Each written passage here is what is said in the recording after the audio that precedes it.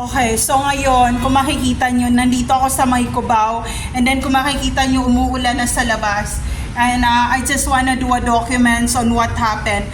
So, nung time na itinali sa church ang asawa ko, because he's the IT programmer and also number one in the company, but I don't wanna name those company because lots of people want to do a justice, and I'm the one who go to the justice to do everything and put all those evidence inside on my own hands, not all of kung sino ka mang nagmamagaling ka, hindi ako magpatalo sa'yo.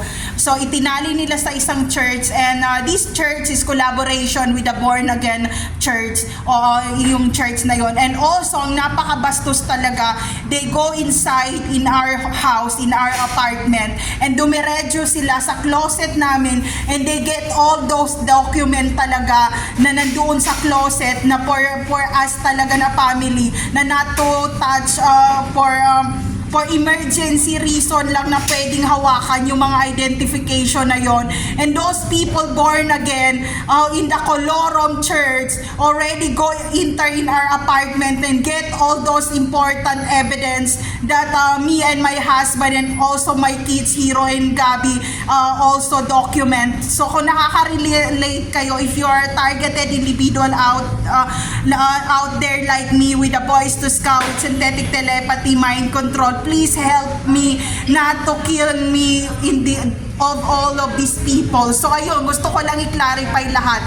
Pinasok nila yung closet, pinangtapo nila yung mga gamit namin na identification, and also ang asawa ko nakatali sa mga church, sa mga simbahan nila, sa lahat ng church, and the Catholic Church is not involved in those kind of hazing. So no matter what happened, I expose all of you people.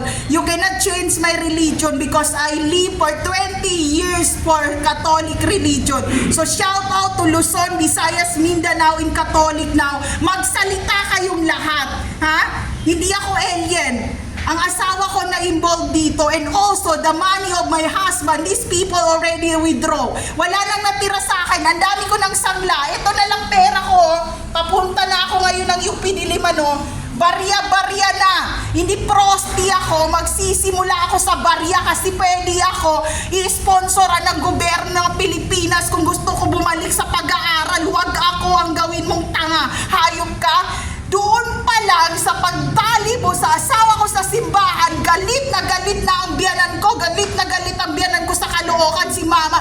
Isang Ateneo na university, ikukulong mo na parang aso, magtago na kayo. There's no safe place to all targeted individual out there. Take care always everyone. Hindi ako maging vendor, hindi ako maging puluwi, at hindi ako maging mahirap.